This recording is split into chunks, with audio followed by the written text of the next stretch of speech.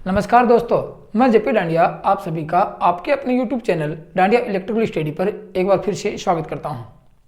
दोस्तों, अपना जो टॉपिक चल रहा है वह वाइंडिंग पैटर्न चल रहा है। डीसी मशीन की वाइंडिंग किस प्रकार की जाती है, मतलब कि डीसी मशीन के आर्मेचर पर वाइंडिंग को स्थापित किस प्रकार किया जाता है और कितने प्रकार की वाइंडिंग होती है।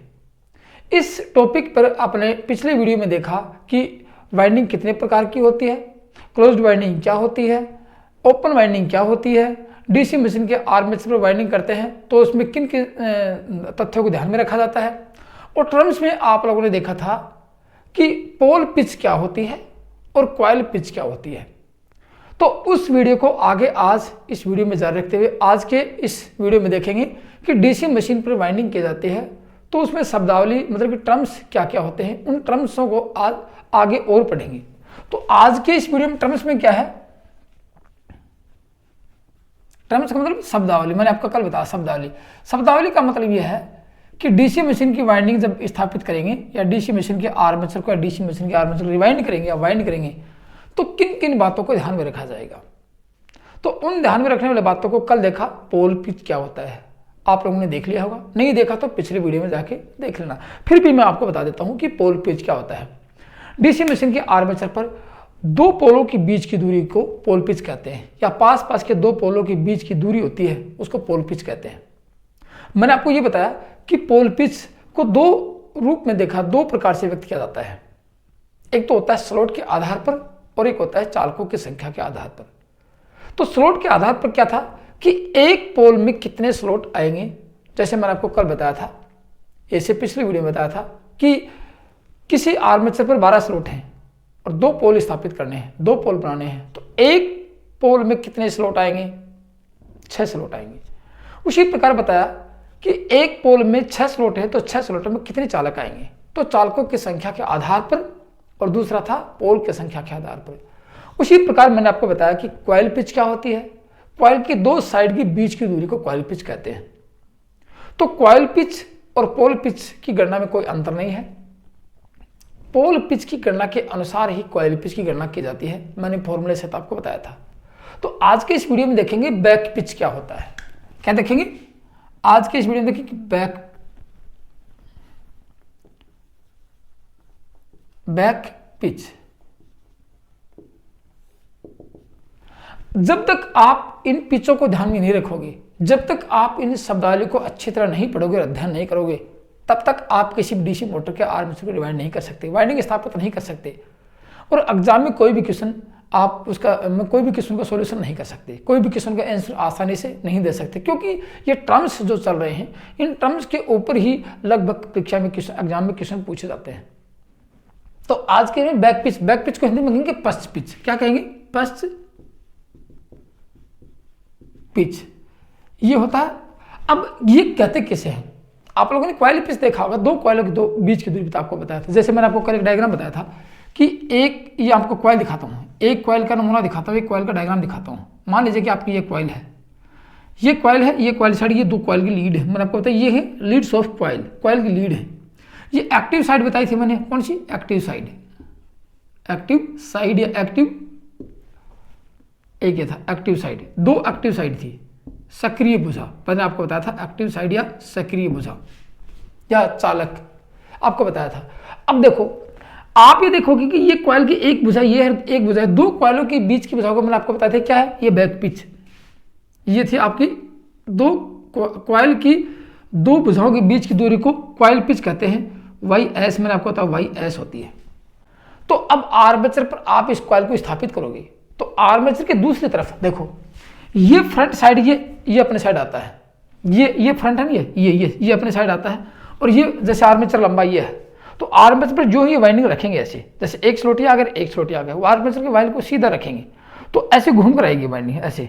तो इधर कम्यूटेटर होगा, जैसे मान लीजिए कि ये आपका कम्यूटेटर है, इधर आपका आर्मेचर है, आर्मेचर के स्लॉट हैं। आप इस कॉइल को उठाओ और सीधे करके ऐसे रखेंगे, सीधे ऐसे, तो एक भुजा इधर आई, एक भुजा इधर आई। तो ये आपका ये साइड है, ये साइड देखेंगे, एक साइड ये है, ये पीछे की साइड है दूसरी तरफ के, और ये अपनी ओर की साइड है।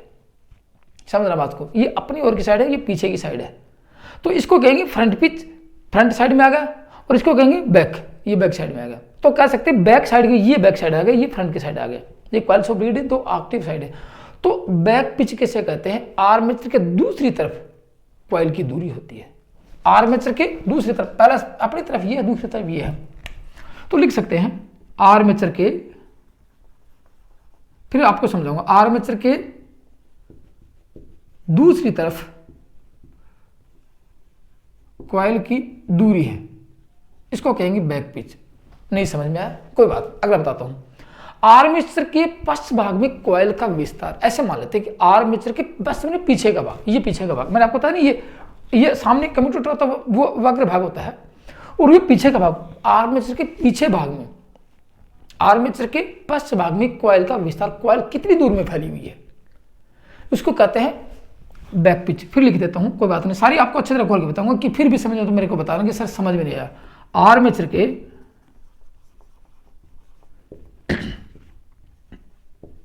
पश्च भाग में, पश्च भाग में कॉइल का विस्तार, इसे कहते हैं बैक पिच। चलो कोई बात नहीं है, पश्च भाग आपको दिखा देंगे, मैं आपको यहां दिखाऊंगी बैक पिच किसे कहे, ये है क्या। देखो बैक पिच को आर्मेचर चालकों के रूप में व्यक्त किया जाता है। कितने चालक होंगे यहां देखो, ये चालक, एक चालक ये कितने चालक आए हैं चालकों के रूप में? एक कॉइल ये है, फिर दूसरी कॉइल आ गई, फिर तीसरी कॉइल, आर्मेचर पर एक कॉइल ये आ गई, फिर दूसरी आ गई, फिर तीसरी आ गई, ऐसे पूरे आर्मेचर पर कॉइल फिट कर देंगे। तो इसे क्या कहेंगे, एक तो ये होगा आर्मेचर के दूसरी तरफ कॉइल की दूरी होगी, कि दूसरी तरफ में इस साइड में कॉइल कितनी दूर घूम के आई है, या फिर कॉइल का विस्तार कितनी दूर हुआ है। एक तो ये होगा आर्मेचर चालकों के रूप में इसको व्यक्त किया जाता है। आर्मेचर चालकों के रूप में इसको व्यक्त कैसे करेंगे? आर्मेचर चालकों के रूप में व्यक्त किया जाता है, याद रखना, आर्मेचर चालकों के रूप में व्यक्त किया जाता है। ये एक्टिव साइड थी, पूरी खोल के बताऊंगा आप लोगों को। अब देखो आर्मेचर चालक, मतलब कि ये आर्मेचर, एक कॉइल में कितने चालक हैं? अब देखो एक कॉइल में आपको दो चालक, एक साइड ये, इसको क्या कहेंगे? Active conductor. ये भी एक्टिव कंडक्टर, दो चालक हो गए। माना कि ये एक कॉइल में कितने एक्टिव कंडक्टर होते हैं, कितने सक्रिय चालक होते हैं? दो सक्रिय। माना कि आप लोग टर्न ज्यादा लगा दिए तो उसको एक सक्रिय चालक, क्योंकि एक स्लॉट में जाएंगे, ठीक है। अब आर्मेचर में कितने चालक है? चालकों के रूप में इसको व्यक्त किया जाता है, फिर आपको बताऊंगा, समझाऊंगा। अब देखो मैंने आपको बताया कि पिच को किससे दर्शाते हैं, ये पिच है, पिच को किससे दर्शाते हैं? देखना, मैंने आपको बताया कि पिच को कैपिटल वाई से दर्शाते हैं, ठीक है। पिच को कैपिटल वाई से दर्शाते हैं। अब बात किस पिच की चल रही है? बैक पिच की चल रही है। तो फिर कह सकते हैं कि इसे, ये तो होगी आपकी पिच कैपिटल वाई, और बैक बी नीचे लगा दो, ये क्या होगी? Y B. बैक पिच, इसे वाई बी से दर्शाते हैं। अब देखो ये भी हो सकता है कि बैक पिच, देखो आपने ये देखा था कि ये क्या है बैक पिच, मैंने आपको बताया ये क्या है, याद रखना। ये मैंने आपकी एक कॉइल की दो भुजाओं के बीच की दूरी कॉइल पिच कहलाती है। मैंने आपको कल बताया था, एक कॉइल के दो भुजाओं के बीच की दूरी कॉइल पिच कहलाती है। मतलब कॉइल का विस्तार हुआ कितनी दूर है, तो इसमें उसमें क्या अंतर है, बैक पिच में उसमें क्या अंतर है? तो कह सकते हैं कि बैक पिच और कॉइल पिच के बराबर होती है, दोनों में कोई अंतर नहीं है। हाँ, बैक पिच की गणना पोल पिच के अनुसार नहीं, कॉइल पिच की गणना पोल पिच के अनुसार की जाती है। लेकिन यहां देखेंगे कि ये क्या है, ये वाई पिच, ये बैक पिच नहीं है, ये बैक पिच। अब कॉइल पिच ये है और बैक पिच ये, मैंने आपको वाई बी से दर्शाते हैं, बराबरी भी होती है। कॉइल पिच और बैक पिच बराबर हुई होती है, कभी ये नहीं कि आप बराबर नहीं हो सकते, बराबर होती है। रियर केस में बराबर, कभी कभी ऐसे कंडीशन आते नहीं बराबर हो, लेकिन ये लगभग ना ये बराबर होती हैं। तो कह सकते हैं आज बैक पिच की गणना की, इसको ये हो गया बैक पिच। चलो अब देखो, आप ये ध्यान रखोगे, जैसे कि मान लीजिए कि मैं एक कॉइल और दिखा देता हूं आप लोगों को, ठीक है। यहां लिख दो पहले कि ये Y B, Y B, Y S, Y S मैंने कल बताया, ये वाई एस क्या है, ये कॉइल पिच है और ये बैक के बराबर भी होती है, बराबर भी होती है, दोनों बराबर भी हो सकती है। बैक पिच कॉइल पिच के बराबर होती है। अब मान लीजिए मैं एक कॉइल और दिखा देता हूं आपको, एक कॉइल इसके जैसे आर्मेचर पर गणना करेंगे, एक कॉइल और दिखा देता हूं, गौर से देखना।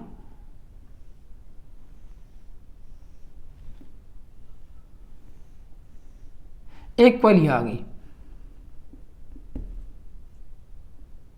एक कॉइल सिरा ये और एक कॉइल सिरा ये, एक कॉइल सिरा ये, एक दो कॉइल दिखा दी मैंने आपको, एक कॉइल ये दिखाई और एक कॉइल ये दिखाई। ये कॉइल नंबर 1 और ये कॉइल नंबर 2, दो कॉइल दिखाई मैंने आपको, संयोजन नहीं की है अब तक इनके, सिर्फ मैंने आपको कॉइल रखी है। जैसे आर्मेचर की स्लॉट दोनों कॉइल बराबर में रख दी, ऐसी बहुत सी कॉइल आती है, दो कॉइलें 4, 6, 8, 10, 12 भी, जितना बड़ा आर्मेचर होगा उतनी कॉइलें अधिक रखी जाती है। और वो भी एक वाइंडिंग के प्रकार के ऊपर निर्भर करता है कि वेव वाइंडिंग कर रहे हैं या लैप वाइंडिंग कर रहे हैं, या मतलब कि डुप्लेक्स है, ट्रिप्लेक्स है, 4 या मल्टीप्लेक्स वाइंडिंग, कौन सी वाइंडिंग, उसके आधार पर वाइंडिंगों की संख्या होती है।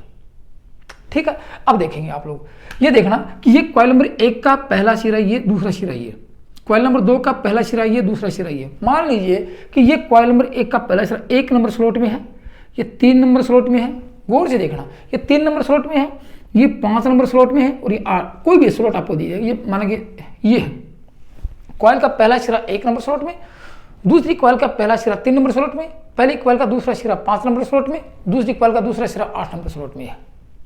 चलो ये स्लॉट दिखा दिया आपको मैंने। अब आपको ये देखना कि बैक पिच का मान कैसे ज्ञात करेंगे, आपको किस में मिलेगा ऐसा। अब कहूँगी सर इसका संयोजन, चलो मैं यहाँ कम्यूटेटर भी खोल के दिखा देता हूँ, चलो संयोजन भी कर देते हैं। मान लीजिए कि ये कम्यूटेटर आप लोगों का, ये कम्यूटेटर सेगमेंट है, 1, 1, 2, 3, 4, 5, 6 जो भी कम्यूटेटर सेगमेंट है, इनके संयोजन देखो, मैंने आपको बताया था कि इनका संयोजन ऐसे होते हैं।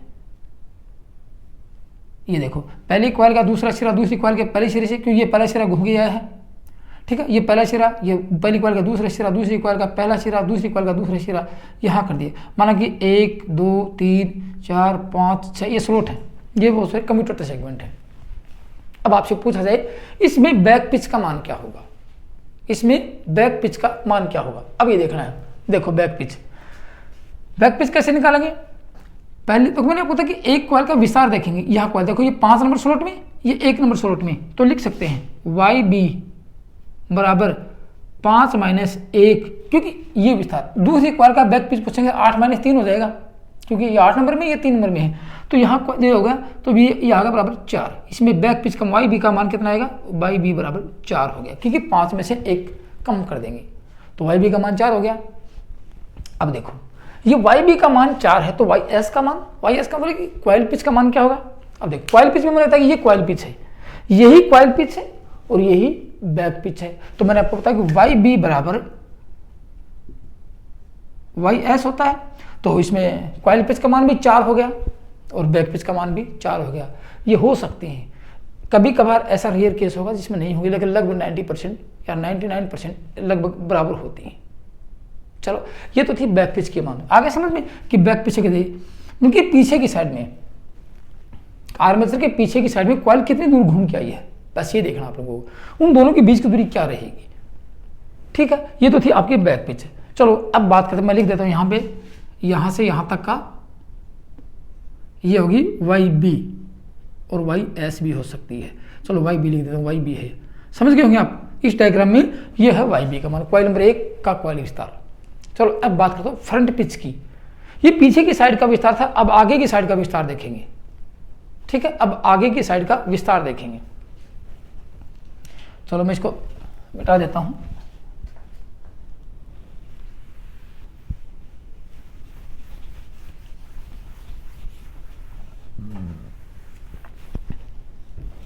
अब देखेंगे फ्रंट पिच। ये आपको शब्दावली को देखना जरूरी है, क्योंकि आप ये होगा अग्र पिच, हिंदी में कहेंगे अग्र पिच। ये आप किसी आर्मेचर रिवाइंड करोगे या किसी प्रकार के आर्मेचर टेबल की गणना करोगे या कैलकुलेशन करोगे कि आपको किसी नया आर्मेचर के में वाइंडिंग स्थापित करनी है, तो इनको ध्यान में रखना बिल्कुल ध्यान में रखना पड़ेगा, या फिर आपको याद रहना चाहिए कि कौन कौन से होते हैं। अब देखो बात करें फ्रंट पिच की। फ्रंट पिच ये सामने से ये बैक पिच थी, ये फ्रंट पिच है। अब ये पीछे का विस्तार था, आगे का विस्तार है। पहली कॉइल का अंतिम तथा दूसरा सिरा, पहली कॉइल का अंतिम सिरा, ये अंतिम सिरा याद रखना। ये कॉइल नंबर 1, पहली कॉइल का अंतिम सिरा अर्थात दूसरा सिरा, दूसरी कॉइल के प्रथम सिरे के बीच की दूरी याद रखना, दूसरी कॉइल के प्रथम सिरे के बीच की दूरी।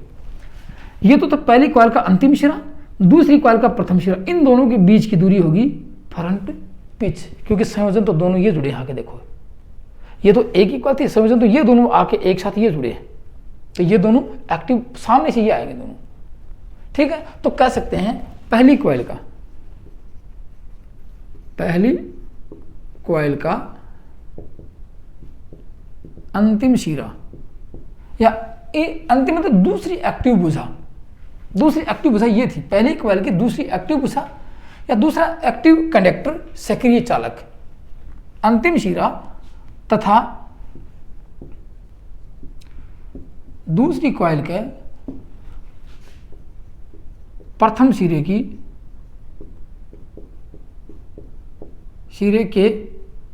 बीच की दूरी, क्योंकि मैंने आपको पिच क्या है, दूरी है, दो पोलों की मान लो या किन्हीं दो भी तथ्यों के बीच की दूरी है पिच। तो इन दोनों की बीच की दूरी, पहली कॉइल का दूसरा ये, दूसरी कॉइल का पहला ये, इन दोनों की बीच की दूरी क्या रहेगी, फ्रंट पिच। ये होगी आपकी फ्रंट पिच। तो कह सकते हैं, अब देखो पिच को किससे दर्शाया आप लोगों ने, पिच को आप लोगों ने वाई से दर्शाया, तो लिख सकते हैं ये कैपिटल वाई। अब क्या है, फ्रंट पिच की बात करते हुए एफ इधर लगा देते हैं, तो इसको वाई एफ से दर्शाते हैं। फ्रंट पिच को किससे दर्शाएंगे, वाई एफ से दर्शाएंगे फ्रंट पिच को। अब देखो इन दोनों की बीच की दूरी निकालने, यहां देखो अब फ्रंट पिच का मान निकालते हैं। इस डायग्राम को देखते हो आपको फ्रंट पिच निकालना है। तो पहली कॉइल का दूसरा सिरा ये, पहली कॉइल का दूसरा सिरा ये, दूसरी कॉइल के पहले सिरे की है, दूसरी कॉइल का पहला सिरा ये, दोनों के बीच की दूरी तो वाई एफ निकाल देंगे, बराबर कर देंगे 5 में से 3, 5 - 3 = 2। तो फ्रंट पिच का मान कितना है, यहाँ पे वाई एफ का मान 2 होगा। बस यही कैलकुलेशन आपसे एग्जाम में पूछे जाएंगे। डायग्राम मिलेगा आप लोगों को, डायग्राम नहीं मिलेगा तो कैलकुलेशन के लिए आपको स्लॉट मिल जाएंगे, ध्यान रखना स्लॉट मिल जाएंगे आप लोगों को, या फिर चालकों की संख्या मिल जाएगी, कॉइलों की संख्या मिल जाएगी, कंडक्टरों की संख्या मिल जाएगी, ये सब पोलों की संख्या मिल जाएगी आप लोगों को। तो उनमें से देख के भी आप फ्रंट पिच और बैक पिच, कॉइल पिच और पोल पिच की गणना कर सकते हैं। आपको फिर मैं कैलकुलेशन करवा के दिखाऊंगा कि आपको समझ में नहीं आता मेरे को बता देना कि सर समझ में नहीं आया। मैं अभी इस वीडियो में कैलकुलेशन करके दिखा देगा, थोड़ा सा मैं आपको इंट्रोडक्शन करवाऊंगा और आपको एग्जाम्पल बताऊंगा किस प्रकार इसकी गणना करते हैं। ये हो गया आपकी 2 पिच। देखो ये आपका वाई एफ, ये वाई एस और वाई बी, ये वाई एफ, क्योंकि दोनों कॉइलों के पहले और अंतिम सिरों के बीच की दूरी है। अब ये स्लॉट की संख्या आपको मिल सकती है, यहाँ 1, 3, 7, 9 भी मिल सकता है, 1, 5, 9, 7, 9 भी, जो भी आपको मिलेगा, क्योंकि ये तो स्लॉट की संख्या तो आपको वाइंडिंग के प्रकार, टाइप्स ऑफ वाइंडिंग के आधार पर आपको गणना करनी है कि कौन कौन सी है, स्लॉट कितने नंबर पे वाइंडिंग में रखी जाती है। अब है परिणामी पिच, रिजल्टेंट पिच की बात करें। मैंने आपको बताया कि जितनी पिच आप पढ़ लोगे, जितने आप इनका शब्दावली का अध्ययन कर लोगे, टर्म्स का अध्ययन कर लोगे, उतना ही ये चैप्टर आसान होता जाएगा आप लोगों के लिए, हार्ड कुछ भी नहीं रहेगा। और वह इतना हार्ड आपको पढ़ाता भी नहीं हूँ, मैं इतना आपको स्टडी नहीं करवाता हूँ कि आपको समझ में नहीं आए, क्योंकि मैंने जितना सिलेबस करवाया है आज तक आप लोगों ने पढ़ा है, पूरा सिलेबस आप लोगों ने रीड किया, अध्ययन किया है और नोट्स बनाए हैं। कहीं भी आपको समस्या आई हो तो बताओ कि सर इस चैप्टर में यह समस्या है, मेरे हिसाब से आपको दोबारा पूछने की जरूरत नहीं पड़ी, क्योंकि इस प्रकार से मैंने इसको पूरे सिलेबस की स्टडी करवाई है, बारीकी से एक एक डीपली तरीके से पढ़ाया है कि किसी भी प्रकार के स्टूडेंट को किसी प्रकार की समस्या नहीं है एग्जाम तक भी, आप लोगों को यहाँ भी कोई समस्या नहीं आएगी। ये थी आपकी फ्रंट पिच या अग्र पिच कह सकते हैं। अब देखते हैं रिजल्टेंट पिच की बात करते हैं, परिणामी पिच की बात करते हैं, क्योंकि ये पिच है, यही सबसे बड़ा रोल होता है एग्जाम में प्रश्न पूछने का और आपके इस टॉपिक के हार्ड होने का। फिर आपको टेबल बनानी आएगी, टेबल यदि आप इनकी गणना करोगे तो टेबल आसानी से बन जाएगी और आप वाइंडिंग किसी आर्मेचर पर आसानी से स्थापित कर सकते हो। चलो आप बात करते हैं परिणामी पिच।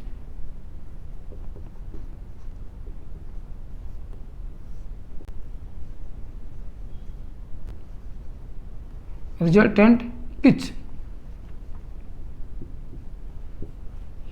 परिणामी पिच,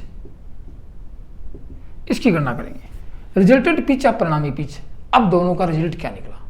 अब देखना रिजल्टेंट पिच किसे कहते हैं, पहले उसकी परिभाषा देखो फिर आपको लिखवाऊंगा, फिर आपको मैं लिख के बोर्ड बता कि ये है क्या रिजल्टेंट पिच। ये प्रथम कॉइल की प्रथम कॉइल साइड, याद रखना मैं आपको परिभाषा बताता हूँ। पहली कॉइल की पहली कॉइल साइड, पहली कॉइल की पहली कॉइल की पहली कॉइल साइड, देखना गौर से, पहली कॉइल की पहली कॉइल साइड तथा दूसरी कॉइल की पहली कॉइल साइड, पहली कॉइल की पहली कॉइल साइड, दूसरी कॉइल की पहली कॉइल साइड के बीच की दूरी रिजल्टेंट पिच कहलाती है। हार्ड नहीं है ना। वाई बी देखा, वाई एफ देखा, अब वाई आर देखेंगे। वाई आर का रिजल्टेंट पिच देखेंगे। पहली कॉइल का पहला सिरा, दूसरी कॉइल का पहला सिरा, या पहली कॉइल की पहली कॉइल साइड या दूसरी कॉइल की पहली कॉइल साइड के बीच की दूरी है, क्योंकि पिच तो दूरी है, पिच क्या है, दूरी है। तो लिख सकते हैं यहां पे पहली कॉइल की पहली या प्रथम कॉइल साइड, प्रथम लिख देता हूं यहां पे, प्रथम कॉइल साइड ये आ गई, तथा दूसरी कॉइल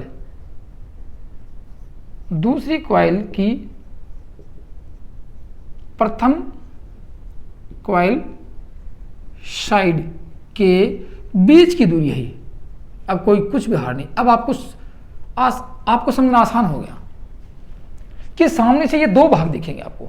ये पीछे चला गया तो क्योंकि आप ये सामने देखोगे तो ये पीछे चला गया और ये भी पीछे आ गए। यदि आप बैक साइड से देखोगे तो ये दोनों आ गए। बैक साइड से आप देखना, आपने आर्मेचर को उल्टा पकड़ लिया, बैक साइड से देखिए इसके रिजल्टेंट पिच क्या है, ये दोनों आ गए, ये भी रिजल्टेंट पिच आ गया। तो यहाँ भी लिख सकते हैं रिजल्टेंट पिच और यहाँ रिजल्टेंट पिच, क्योंकि पीछे की साइड आ गई। तो यदि बैक साइड से पकड़ लिया, देख लिया, डायग्राम दे दिया, तो कह सकते हैं दूसरी कॉइल का दूसरी कॉइल साइड, पहली कॉइल की दूसरी कॉइल साइड और दूसरी कॉइल के दूसरी कॉइल साइड के बीच की दूरी रिजल्टेंट पिच कहलाती है। ये रिजल्ट निकला है। तो यहाँ से देखेंगे तो लिख सकते हैं यहाँ पे पहली कॉइल की प्रथम कॉइल साइड और दूसरी कॉइल की प्रथम कॉइल साइड के बीच की दूरी रिजल्टेंट पिच होती है। समझ गए? अब पिच को किस से दर्शाते हैं? वाई से दर्शाते हैं। तो ये हो गया आपका वाई। अब है क्या? रिजल्टेंट पिच, इसको लिख देंगे आर, इसको वाई आर से दर्शाते हैं। फिर भी कुछ हार्ड नहीं है। धीरे धीरे धीरे धीरे सब कुछ समझ में आ जाएगा आप लोगों को। यदि आप गौर से पढ़कर नोट्स बना लोगे तो शायद ही आपको कभी समस्या नहीं आएगी वाइंडिंग के चैप्टर में। किसी भी प्रकार की वाइंडिंग स्थापित करने का तरीका बताऊंगा आप लोगों को, वहां भी आपको समस्या नहीं आएगी। आर्मेचर पर वाइंडिंग आसानी से स्थापित कर सकते हैं, फिर भी आपको समस्या नहीं आने दूंगा। फिर भी यदि कोई समस्या आती है तो कमेंट्स में लिख के बताना। और जो दोस्त पहली बार वीडियो को देख रहे हैं वो कंप्लीट सिलेबस का अध्ययन करने के लिए, इलेक्ट्रिशियन थ्योरी की संबंधित किसी भी प्रकार की आरईडी में एग्जाम देने के लिए चैनल पर विजिट करें, चैनल को सब्सक्राइब करें और अपना पूर्ण सिलेबस का अध्ययन करें, ताकि आपको भविष्य में कभी समस्या नहीं आएगी। आपको कि सर फिर भी हमें कुछ कंफ्यूज है इसमें कि सर इसको कैसे समझेंगे, तो ऐसे मान लो कि दो शुरू की पास कॉइल साइड की बीच की दूरी होती है। ऐसे मान लो दो शुरू में आई है, दो शुरू की पास वाली कॉइल साइड के बीच की दूरी होती है। बैक साइड में ये पास है, तीसरी आगे पास शुरू की दो भी कॉइल होंगी, आपस में जो भी कॉइल होती जाएंगी पास होती होंगी, दोनों कॉइल साइड की बीच की दूरी मान लेते हैं। तो लिख सकते हैं ये दो शुरू की पास ये दोनों कहेंगे, ये दोनों पास हैं, ये दोनों पास हैं, जो भी है पास वाली कॉइल साइड, पास वाली कॉइल साइड के बीच की दूरी मान लेते हैं। ये बीच की दूरी यही, ठीक है। अब वाई आर है, तो वाई आर कैसे ज्ञात करेंगे? बस अब इसका फॉर्मूला देखना है, क्योंकि ये वाई बी या वाई एस कॉइल के दोनों साइड के बीच की दूरी, वाई एफ आप लोगों ने देखा कि इसका अंतिम सिरा इसका प्रथम सिरे के बीच की दूरी, वाई आर देख रहे हो कि इसके प्रथम सिरे के बीच की दूरी, अंतिम सिरे के बीच की दूरी देख रहे हैं अपन यहाँ पे। तो लिख सकते हैं वाई आर बराबर, इस डायग्राम को देखोगे तो सबको समझ में आ जाएगा, Y B minus Y F. देखो वाई बी है और वाई एफ है, दोनों इसमें से इसको घटा दो, गौर से देखना, ये पूरी यहाँ पे है, ठीक है, और इसमें से इसको घटा दीजिए, बच जाएगी अपना भाई। ये इसका मान 4 है, इसको 2, इस पूरी में से ये क्या है? ये पूरा कॉइल विस्तार है, इसमें से इसको घटा देंगे, ये बच जाएगा अपने पास। तो ये दूरी है, तो क्या बच गया? Y B. बैक पिच में से फ्रंट पिच को घटा दो, आपका रिजल्टेंट पिच बच जाएगा। कुछ भी हार नहीं है, क्योंकि आपको इससे ये दूरी और ये दूरी आपके पास है, फिर ये भी, ये क्या है? यहाँ से ये भी रिजल्टेंट पिच है, तो इसमें से इसको घटा दो, ये बच जाएगी, या फिर इसमें से इसको घटा दो, ये बच जाएगी, तो कोई हार्ड नहीं है। यदि आप इसको बैक पिच मान रहे हो, इसको बैक पिच मान, इसमें ये घटा दो, ये आपके जो है ये रिजल्टेंट पिच बच जाएगी। तो लिख सकते हैं Y B minus Y F, आपको एग्जाम में मिलने की संभावना रहती है। ठीक है, अब ये किसके ऊपर डिपेंड करती है? देखो, ये स्थापित करना वाइंडिंग का प्रकार होता है, वाइंडिंग के प्रकार के आधार पर डिपेंड करती है। तो कह सकते हैं कि Y R resultant pitch winding के प्रकार पर डिपेंड करती है। वाइंडिंग कैसी है, लेफ्ट वाइंडिंग है या वेव वाइंडिंग है, ये पढ़ेंगे आगे इस चैप्टर में ही, इस टॉपिक में पढ़ेंगे, तब आपको समझ में आएगा कि रिजल्टेंट पिच का मान कैसे बदल जाता है। कुछ भी हार्ड नहीं है, लिख सकते हैं इसके बारे में। किसके रिजल्टेंट पिच में लिख सकते हैं, ये वाइंडिंग के प्रकार पर निर्भर करती है। कैसे? जैसे लैप वाइंडिंग, क्योंकि आर्मेचर पे कितनी वाइंडिंग होंगी? आर्मेचर पर दो प्रकार की वाइंडिंग होगी, एक लैप वाइंडिंग होगी और एक वेव वाइंडिंग होगी। लैप वाइंडिंग और वेव वाइंडिंग, इसके ऊपर परिणामी पिच निर्भर करती है। वैसे तो सारे देखो इसके ऊपर ये निर्भर करेगी, तो ये भी इसके ऊपर, मैंने आपको शुरू में बताया कि पिच वाइंडिंग के प्रकार पर डिपेंड करेंगी, निर्धारित नहीं होती है। हाँ, बैक पिच निर्धारित हो सकते हैं कि कॉइल का विस्तार कितना किया। फिर ये 5 नंबर स्लॉट में है या 7 नंबर स्लॉट में है या 9 नंबर स्लॉट में, स्लॉट की संख्या किसके ऊपर डिपेंड करेगी? वाइंडिंग के ऊपर डिपेंड करेगी।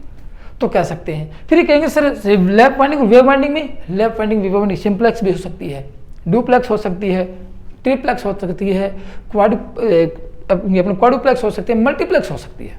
उसके ऊपर डिपेंड करती है रिजल्टेंट पिच। याद रखना, रिजल्टेंट पिच का मान वाइंडिंग के प्रकार पर निर्भर करता है। ये वाइंडिंग जो पिच आप पढ़ रहे हो, ये याद रखना और अच्छे तरह से नोट्स बना के लिख लेना, क्योंकि आगे जब टॉपिक पढ़ेंगे तो वाइंडिंग आपसे पिच ही पूछ जाएगी। अब क्या देखेंगे? अब देखेंगे औसत पिच। मैं इनको मिटा देता हूं, आप लोगों ने लिख लिया होगा। अब पढ़ेंगे औसत पिच। इस डायग्राम को यहीं रहने देता हूं, क्योंकि डायग्राम के ऊपर सारा डिपेंड, आपके जो पिच हैं डायग्राम के ऊपर डिपेंड करते हैं। देखो, ये यहां भी लिख देता हूं मैं, आपको याद रहेगा। ये आपकी बताई थी मैंने वाई आर, और ये भी आपकी बताई मैंने वाई आर, दो साइड की।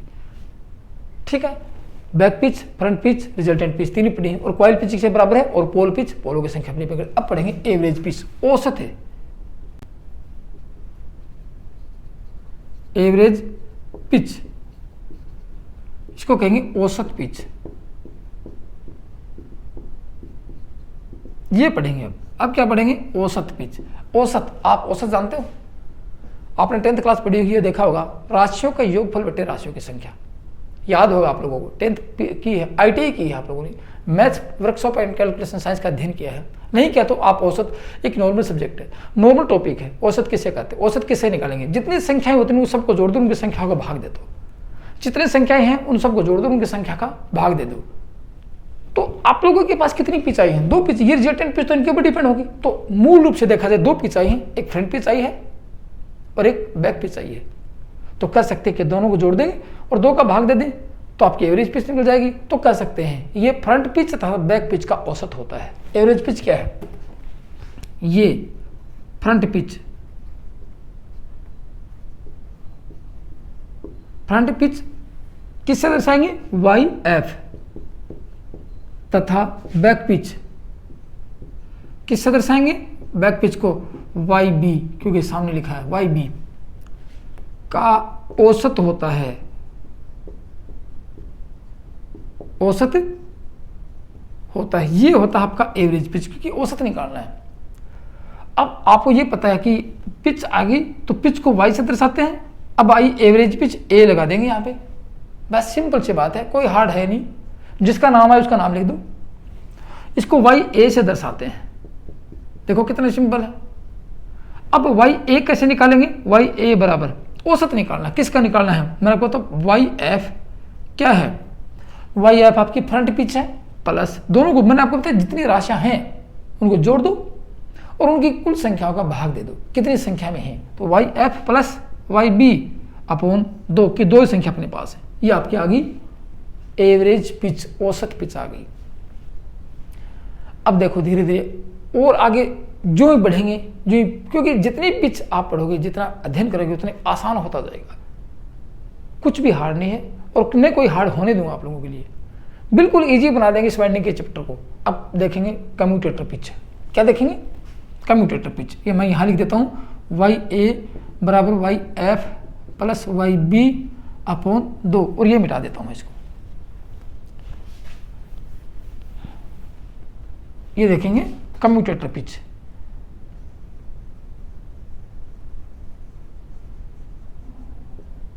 Commutator pitch.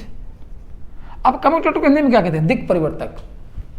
कम्यूटेटर क्या कहेंगे? कम्यूटेटर को हिंदी में दिक् परिवर्तक कहते हैं, दिशा परिवर्तक कहते हैं।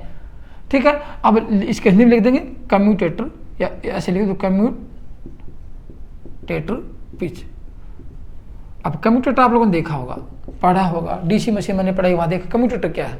एक प्रकार की मैकेनिकल युक्ति है जो डीसी मशीन के आर्मेचर में उत्पन्न होने वाले एसी को डीसी में कन्वर्ट करता है। हार्ड एंड कॉपर की सेगमेंट से बना होता है। हार्ड एंड की कॉपर की सेगमेंट में माइका का इंसुलेशन होता है। एक मैकेनिकल डिवाइस है या मैकेनिकल रेक्टिफायर बोल सकते हैं। ठीक है, यांत्रिक एक दिशा प्रवर्तक है। अब इसमें क्या होते हैं? कम्यूटेटर सेगमेंट होते हैं। ठीक है, अब कम्यूटेटर सेगमेंट क्या काम आते हैं? आर्मेचर पर जो वाइंडिंग करते हैं उस वाइंडिंग का संयोजन कम्यूटेटर सेगमेंट पर होता है। कौन सी वाइंडिंग पढ़ रहे हैं? क्लोज वाइंडिंग पढ़ रहे हैं। पिछले वीडियो में बताया था क्लोज वाइंडिंग में कोई भी सिरा खुला नहीं होता, कम्यूटेटर सेगमेंट पर सबके संयोजन होते हैं। ये भी बताया था किस प्रकार संयोजन होता है। नहीं देखा तो पिछले वीडियो देखोगे तो आज का वीडियो अच्छी तरह आसानी से समझ में आ जाएगा आप लोगों को। चलो कोई बात नहीं है।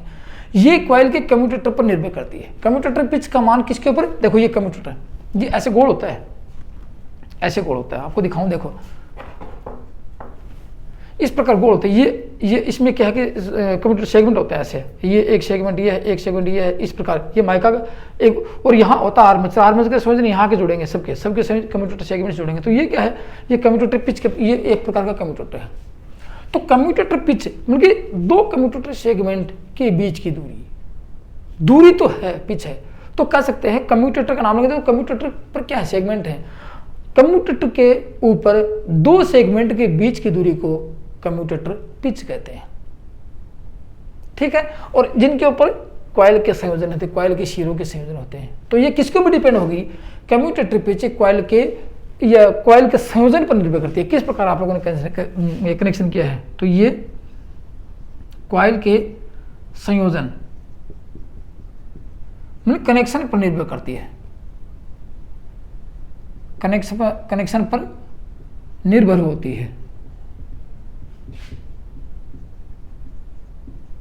ठीक है, कि आप लोगों ने इसका कनेक्शन यहाँ क्या, इसका कनेक्शन मान लीजिए कि 5 पे कर दिया तो 5 में से 3 गई, 2 बच गई, फिर डायरेक्ट। अब देखो यहाँ इस पॉइंट का संयोजन यहाँ क्या, इसका तो दोनों नियरेस्ट संयोजन ये है।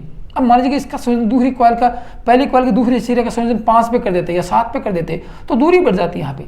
तो ये किसके ऊपर डिपेंड हो गया? ये कॉइल के संयोजन के ऊपर निर्भर होती है। संयोजन किस प्रकार का, दूरी पे संयोजन कर रहे हैं, नियरेस्ट संयोजन कर रहे हैं, नजदीक संयोजन कर रहे हैं, उसके ऊपर डिपेंड होती है। या फिर ये कह सकते हैं या कह सकते हैं कि कम्यूटेटर पिच कम्यूटेटर के उन दो सेगमेंट के बीच की दूरी होती है जिनमें कॉइल के दो सिरे जुड़े होते हैं।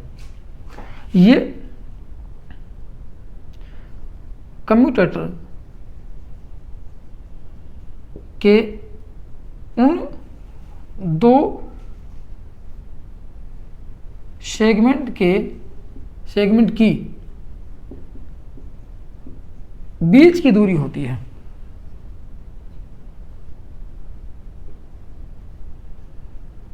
दूरी होती है जिन पर, क्योंकि सेगमेंट के ऊपर तो संयोजन करेंगे जिन पर कॉइल के दो सिरे जुड़े होते हैं, या जिनमें कॉइल या जिन पर कॉइल के दो सिरे जुड़े होते हैं, उसे कम्यूटेटर पिच कहते हैं। आपका मान निकालने दिखाऊंगा, फॉर्मूला बताऊंगा आप लोगों को। ठीक है, या फिर ये ऐसे कह सकते हैं कि कम्यूटेटर सेगमेंट पर कॉइल के कनेक्शन के बीच की दूरी होती है। शॉर्टकट में देखा जाए तो क्या कह सकते हैं? कम्यूटेटर सेगमेंट पर कॉइल के संयोजन के बीच की दूरी है, क्योंकि संयोजन ये है, देखो। ठीक है ना, तो यह कह सकते हैं कम्यूटेटर सेगमेंट पर कॉइल के कनेक्शन के बीच की दूरी है।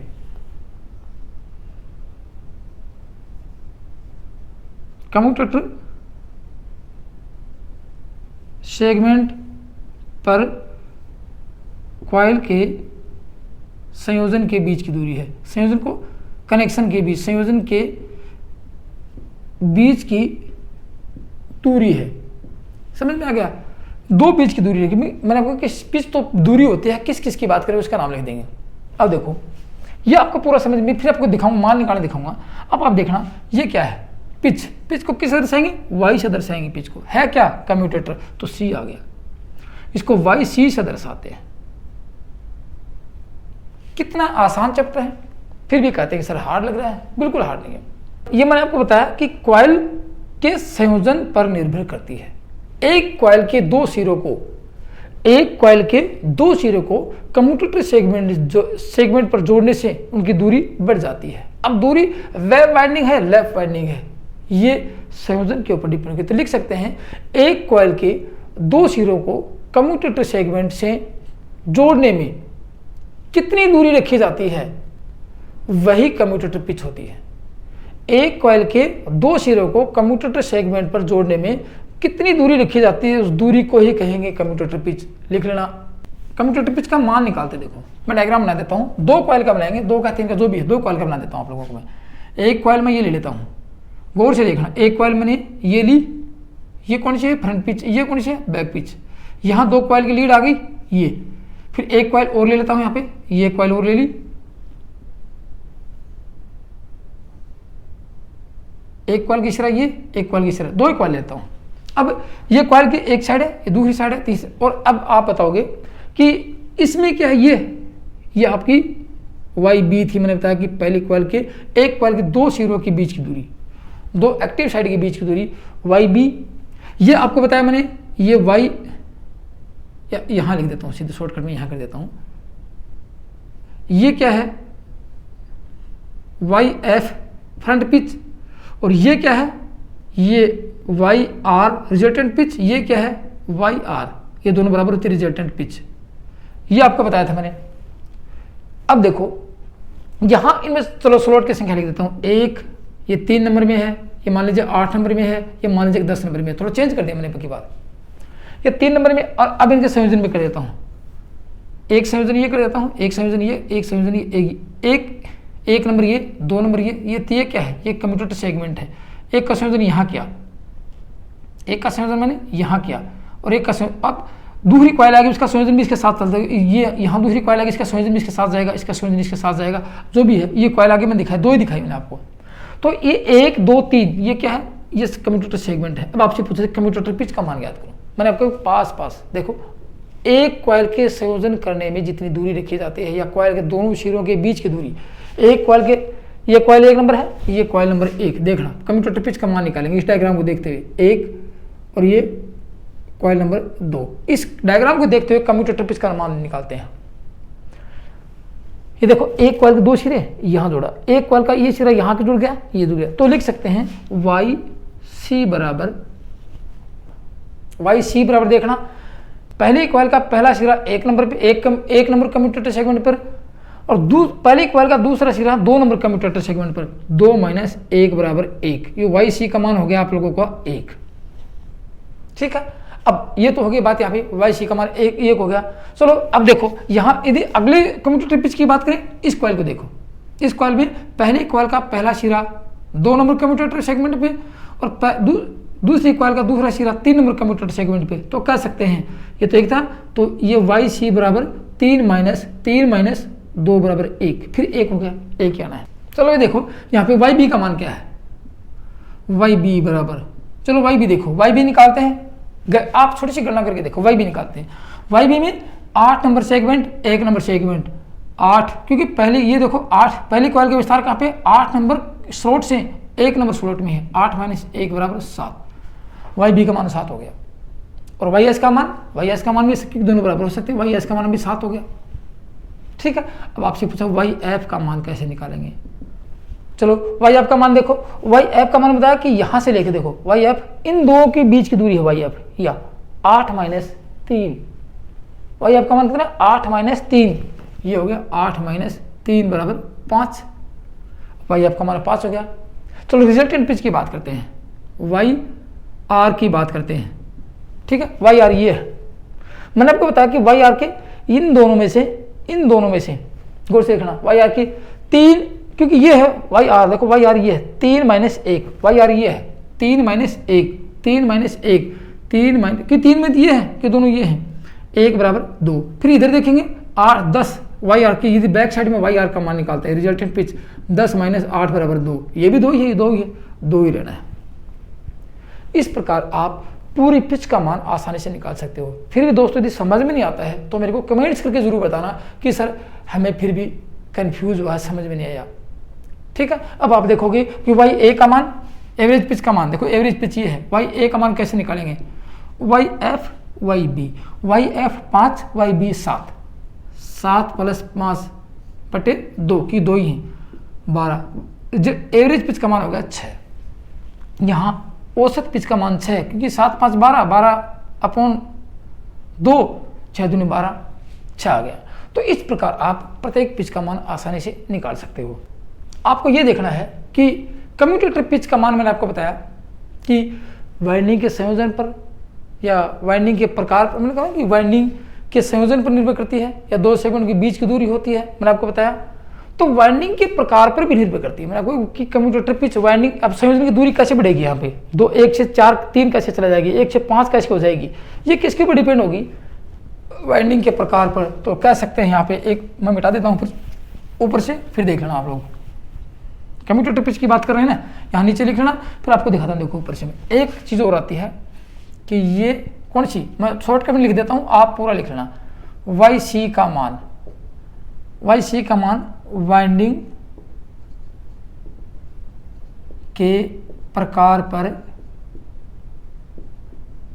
निर्भर होता है, याद रखना बात, वाइंडिंग के प्रकार पर निर्भर होता है वाई सी का मान। अब वाइंडिंग कितने प्रकार की, वाइंडिंग 2 प्रकार की, याद रखना कौन कौन सी, लैप वाइंडिंग और वेव वाइंडिंग। अब आप कहोगे सर लैप वाइंडिंग भी 2, लैप वाइंडिंग में प्रकार होते हैं, simplex lap winding, duplex lap winding, triplex lap winding, quadruplex lap winding. फिर यही होगी वेव वाइंडिंग में, ठीक है, जैसे lap simplex wave winding, duplex, ये पढ़ाऊंगा आप लोगों को मैं। आपको कि सर आप गिनती करवा रहे हो, लिखवा नहीं रहे हो, ठीक, आपको लिखवाऊंगा सारी बातें, पढ़ाएंगे लिखवाएंगे, मैं सिर्फ प्रकार बता रहा हूँ कि कितने प्रकार से होती है। तो ये होगी simplex, duplex, triplex, quadruplex, multiplex मान लेते हैं। तो 4 प्रकार की वाइंडिंग होगी, इसलिए कह सकते हैं जितनी वाइंडिंग होगी उतनी ही वाई सी का मान होगा। तो वाइंडिंग कितनी है, 4 प्रकार की वाइंडिंग है। कौन कौन सी, सिंप्लेक्स, ड्यूप्लेक्स, ट्रिप्लेक्स, क्वाड्रुप्लेक्स। तो कह सकते हैं कि वाई सी कम्यूटेटर पिच 4 होती है, ये याद रखना। Y B 1, Y F 1, Y R 1, Y A 1, लेकिन वाई सी का मतलब कम्यूटेटर पिच 4 होती है, ठीक है। कम्यूटेटर पिच 4 कैसे है, क्योंकि ये इसका संयोजन यहाँ कर देंगे, फिर यहाँ कर देंगे, फिर इसका संयोजन और उठा के आगे कर देंगे। जितनी की दूरी कैसे बढ़ेगी, ये ड्यूप्लेक्स, ट्रिप्लेक्स, फोरप्लेक्स या ये अपन क्वाड्रुप्लेक्स के अनुसार इनकी दूरी बढ़ती जाएगी। जो दूरी बढ़ेगी तो वाई सी का मान, कम्यूटेटर पिच का मान बढ़ जाएगा। तो कह सकते हैं कि कम्यूटेटर पिच 4 होती है, ठीक है। अब कैसे होंगी 4 पर, जैसे कि कम्यूटेटर पिच का मान एक सेगमेंट पर, जैसे 1 है, देखो ये कम्यूटेटर पिच का मान 1 कब आया, simplex lap winding. Commutator pitch 2 कब आएगी, जब इसको उठा के यहाँ कर देंगे, duplex lap winding. Commutator pitch 3 कब आएगी, जो एक उठा के आगे और कर देंगे, कम्यूटेटर पिच 3 हो जाएगी। तो कह सकते हैं, मैं मिटा देता हूँ नीचे की, कह सकते हैं क्या, गौर से देखना, थोड़ा सा कंफ्यूज रहेगा आप लोगों को, लेकिन कुछ हार नहीं है। वाई सी बराबर 1 सेगमेंट की दूरी पर कनेक्शन किए गए हैं। तो कौन सी वाइंडिंग है, सिंप्लेक्स लैप वाइंडिंग। सिंप्लेक्स कौन C winding, simplex lap winding है ये, क्योंकि संयोजन किए गए हैं यहाँ पे, सिंप्लेक्स लैप वाइंडिंग है, ये देखो सामने है। इसका संयोजन दोनों, इसका संयोजन एक कम्यूटेटर सेगमेंट की दूरी पे किया गया है, एक कम्यूटेटर सेगमेंट की दूरी पे किया गया है। तो सिंप्लेक्स लैप वाइंडिंग से कह सके वाई सी का मान 1 कब होगा, सिंप्लेक्स लैप वाइंडिंग के लिए। फिर वाई सी का मान 2 कब होगा, 2 सेगमेंट पे इनका संयोजन कब होगा, duplex lap winding, duplex lap winding. बताएंगे पूरी, जब इसको वाइंडिंग को पढ़ेंगे, लैप वाइंडिंग वेव वाइंडिंग पढ़ेंगे तब आगे और बता देंगे। कहने का मतलब ये सिंप्लेक्स के लिए है, लैप वाइंडिंग हो चाहे वेव वाइंडिंग हो, ये कहने का मतलब ये सिंप्लेक्स के लिए है, ये डुप्लेक्स के लिए है। वाई सी कम्यूटेटर बीच तीन कब होगा, 3 सेगमेंट की दूरी कब होगी, ट्रीप्लेक्स लैप वाइंडिंग। अब ये ट्रीप्लेक्स, ड्यूप्लेक्स, सिंप्लेक्स क्या है आगे पढ़ाएंगे, वाइंडिंग का प्रकार पढ़ेंगे तब आपको समझ में आएगा।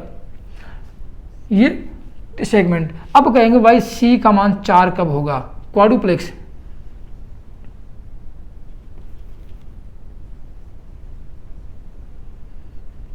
क्वाड्रुप्लेक्स लैप वाइंडिंग, मतलब कि 3 से अधिक और हैं, 3 से 4 चले जाएंगे, क्वाड्रुप्लेक्स 5 हो जाएंगे, 6 हो जाएंगे, जो भी है।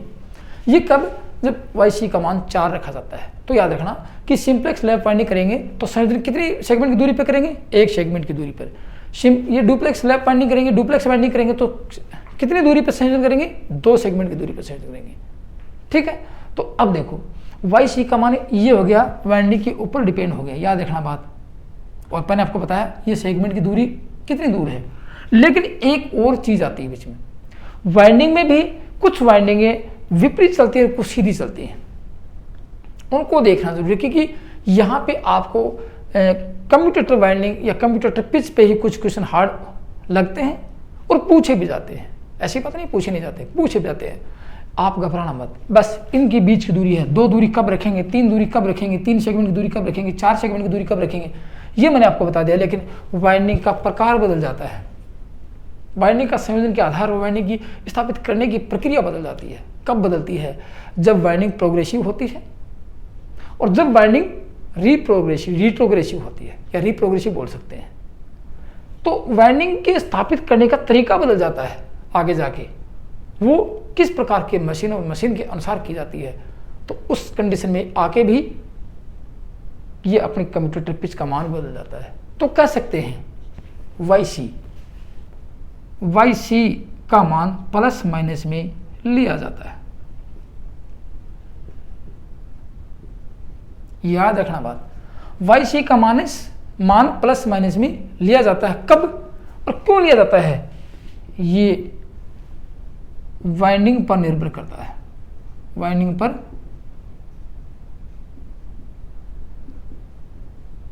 निर्भर होता है। प्लस माइनस क्या है अब देखना है। जैसे आपके सामने आ गया वाई सी बराबर प्लस माइनस 1 आ सकता है, वाई सी बराबर प्लस माइनस 2। तो ये प्लस माइनस 2 कब है, इसको प्लस 2 कब लेंगे, इसको प्लस 1 कब लेंगे, या इसको माइनस 2 कब लेंगे, माइनस 1 कब लेंगे। ठीक है, तो ये होती है, ये प्लस माइनस किसके ऊपर डिपेंड हो गया, ये प्लस माइनस 2 प्रकार से लिया जाता है। याद रखना ये 2 प्रकार से होती है प्लस माइनस, क्योंकि वाइंडिंग का तरीका बदलता है तो कम्यूटेटर पिच का मान भी बदलता है। और कम्यूटेटर पिच का मान आपको मैंने बताया कि वाइंडिंग पर निर्भर करता है और वाइंडिंग स्थापित करने का तरीका बदलता है। तो ये 2 प्रकार से होता है। ये क्या है, ये वाइंडिंग का स्थापित करने का तरीका है, ये 2 प्रकार से होता है, ये 2 प्रकार से होता है। कैसे, क्योंकि वाइंडिंग आगे चल के 2 प्रकार की हो जाएगी। एक तो हो जाएगी प्रोग्रेसिव वाइंडिंग और एक होती है रिट्रोग्रेसिव वाइंडिंग। प्रोग्रेसिव वाइंडिंग इसको अनुक्रमणीय वाइंडिंग भी कह सकते हैं, और रिट्रोग्रेसिव को कहते हैं प्रतिक्रमणीय वाइंडिंग। रेट्रोग्रेसिव या रिप्रोग्रेसिव हो सकती है। तो इसको 2 प्रकार से कैसे लेंगे, एक तो होती है प्रोग्रेसिव वाइंडिंग,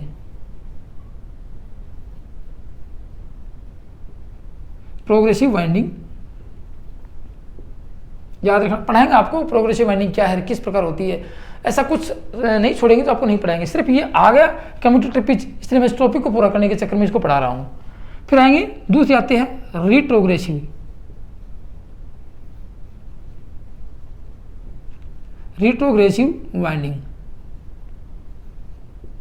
ये होती है प्लस माइनस 2 प्रकार कब लेंगे, प्रोग्रेसिव के लिए लेंगे और रिट्रोग्रेसिव के लिए लेंगे।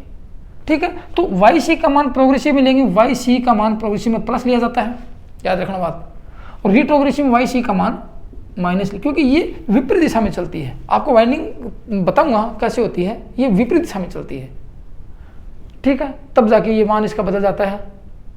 लेकिन याद रखना अब यदि बात आ गई है प्रोग्रेसिव रिट्रोग्रेसिव की बात आ गई है तो कोई बड़ी बात नहीं, मैं आपको छोटा सा इसका इंट्रोडक्शन करवा देता हूँ, फिर आगे चल के पढ़ाएंगे। इतना आप याद रखना कि वाईसी वाइंडिंग के प्रकार पर निर्भर करती है, वाइंडिंग के स्थापित करने का तरीका बदल जाता है। वाइंडिंग स्थापित करने का तरीका दो प्रकार से होता है, एक प्रोग्रेसिव वाइंडिंग होती है और एक रिट्रोग्रेसिव होती है। यहाँ वाईसी का मान 4 कब होता है, 1 कब होता है, 3 कब होता है, 2 कब होता है।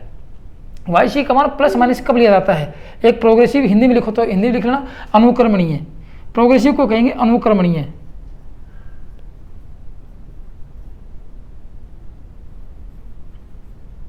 अनुक्रमणीय और इसको प्रतिक्रमणीय, इसको कहेंगे प्रतिक्रमणीय, अनुक्रमणीय वाइंडिंग और प्रतिक्रमणीय वाइंडिंग। ये विपरीत दिशा में चलती है और ये क्लॉकवाइज दिशा में चलती है, ये एंटी क्लॉकवाइज दिशा में चलती है। बस ये तो मशीन देखी जाती है किस प्रकार की मशीन है, ठीक है। लेकिन याद रखना यदि बात आ गई प्रोग्रेसिव की, इसकी यदि प्रोग्रेसिव की बात करते हैं तो छोटा सा एक क्वेश्चन और आता है यहाँ पे कि प्रोग्रेसिव वाइंडिंग है, वाईसी का मान आप लोगों ने बता दिया, तो वाई बी और वाई एफ में भी क्या अंतर होता है, कुछ अंतर होगा या नहीं होगा, बस ये देखना जरूरी है। फिर आगे चल के अपन पढ़ेंगे दूसरी चीज, ठीक है।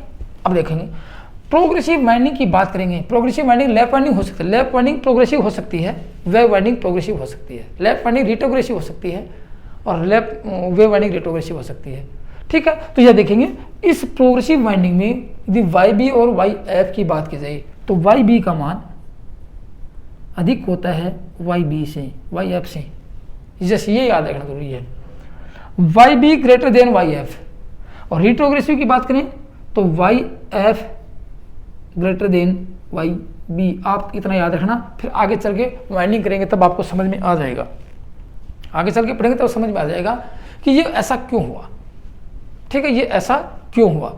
बस ये तो थी आपकी कम्यूटेटर पिच, यहाँ कम्यूटेटर पिच तक ही पढ़ी जाती है। फिर आगे चल के वाइंडिंग का प्रकार पढ़ेंगे, मतलब कि पिच आपके पास जितनी पिच आई है, मैंने पिच का प्रकार पढ़ा है, पिच को याद करने का तरीका बताया है, सबको सब इम्पोर्टेंट है, एग्जाम की दृष्टि से देखते हो सबसे इम्पोर्टेंट है ये चीज़ें। और जब तक आप इनको नहीं पढ़ोगे किसी वाइंडिंग को स्थापित करने की टेबल नहीं बना सकते, उसकी गणना नहीं कर सकते। गणना इन्हीं के आधार पर होगी, कौन सी वाइंडिंग का विस्तारण कर रहे हैं, कौन सी वाइंडिंग स्थापित कर रहे हैं, तब जाके कहीं आपको समझ में आएगा। चलो अब छोटा सा मैं आपको एग्जाम्पल दे देता हूँ, छोटा सा एक एग्जाम्पल के तौर पर इसको हल करते हैं, सारी के सभी पिच का मान कैसे निकालेंगे, एक कैलकुलेशन करते हैं, छोटा सा एक कैलकुलेशन कर लेते हैं, फिर आपको समझ में आ जाएगा कि वास्तव में सही था गलत है। चलो कैलकुलेशन करते हैं। तो कैलकुलेशन में चलो एक कोई क्वेश्चन, कॉइल का मान, कॉइल लिख लेता हूं मैं, कॉइल 24, चलो 24 कॉइल कर लेता हूं। फिर स्लॉट की बात करें तो स्लॉट भी लिख लो, स्लॉट 24 कॉइल, 24 स्लॉट और पोल लिख लो, पोल 4, कैलकुलेशन करके देखते हैं। पोल लिख लो 4, और अब यदि चालकों की संख्या की बात करें कि आर्मेचर में कितने चालक हैं, चालक बराबर कर लो 48 अपने आप ही हो गए, क्योंकि कॉइल 24 है, एक कॉइल 2 साइड है, तो 24 में 48 अपने आप ही हो गए, ठीक है। तो अब इसका डायग्राम बना देता हूँ थोड़ा सा मैं आपको, देखो 2 वाइंडिंग दिखाऊंगा, फिर आप निकाल के देखना कि आपको समझ में आया कि नहीं आया। चलो एक वाइंडिंग लिखा देता हूँ, एक वाइंडिंग का पहला सिरा ये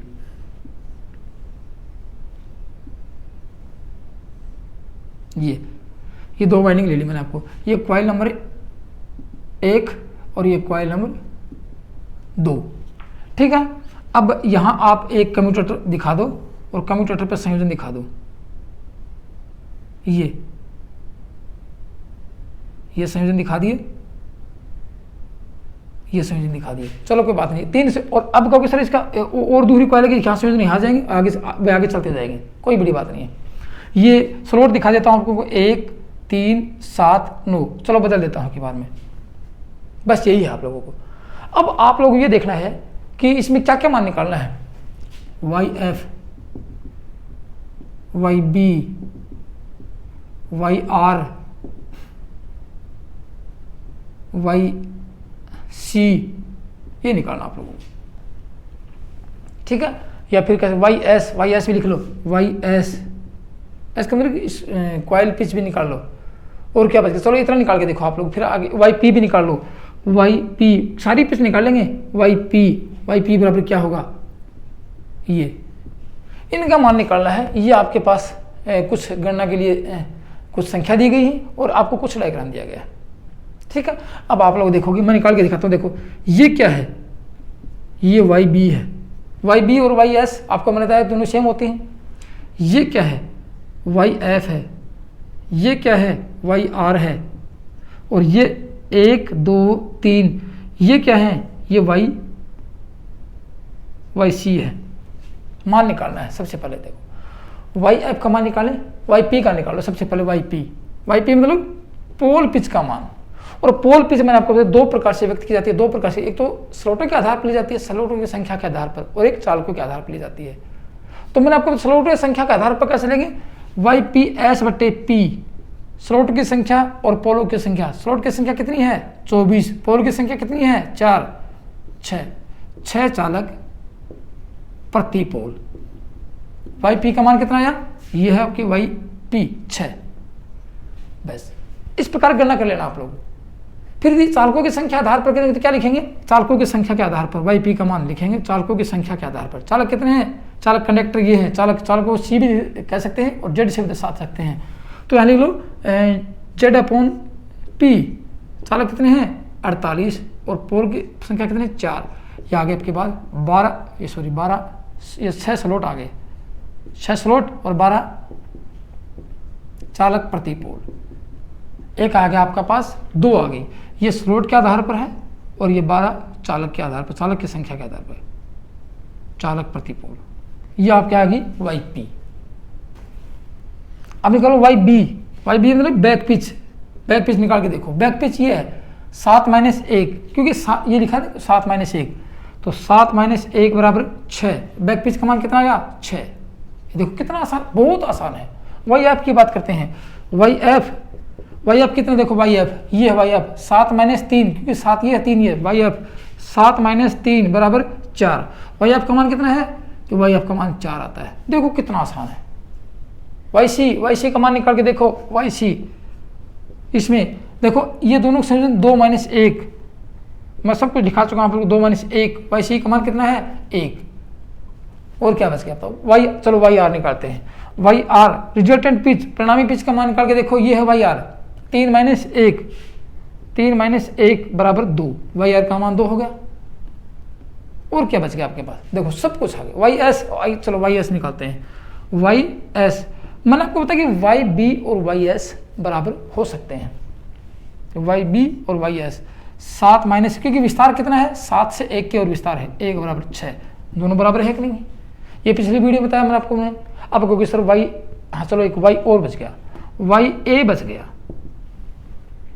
वाई ए का मतलब एवरेज पिच में औसत पिच। मैंने आपके 2 पिच आपके पास मूल रूप से हैं, Y F plus Y B upon 2। Y F का मान कितना है, देखो वाई एफ का मान आपके पास है 4 प्लस वाई बी का मान है 6 अपॉन 2 बराबर 5। एवरेज पिच का मान आ गया आपके पास 5। कितना आसान है देखो। इसलिए है कि जितनी कैलकुलेशन करोगे, जितना पढ़ोगे, उतना ही टॉपिक सरल होता जाएगा, हार्ड कुछ नहीं होगा। ठीक है। और दोस्तों यहाँ तक आपको कितना समझ में नहीं आया, वो समझ में आ गया वो तो अच्छी बात है, नहीं आया, नोट्स बनाने के बावजूद आपको समझ में नहीं आया, पकड़ मजबूत नहीं हुई, तो मेरे को कमेंट्स में लिख के बताना। और यदि समझ में आ गया तो वेल डन, बहुत अच्छी बात है। और ये बताना कि सर समझ में आ चुका है, नहीं आया तो मेरे कमेंट्स में लिख के बताना। अगले वीडियो में और सुधार करके आपको फिर दोबारा समझाने की कोशिश करूंगा, क्योंकि यही टॉपिक सबसे हार्ड होता है। नहीं तो वाइंडिंग नहीं कर सकते आप, वाइंडिंग स्थापित नहीं कर सकते। ठीक है। तो वीडियो कैसा लगा आप लोगों को, अच्छा लगा, पसंद आया तो कमेंट्स में लिखना, और वीडियो को लाइक एंड शेयर जरूर करना, अपने दोस्तों में शेयर करना, ताकि वाइंडिंग का चैप्टर सबको आसानी से समझ में आ जाए।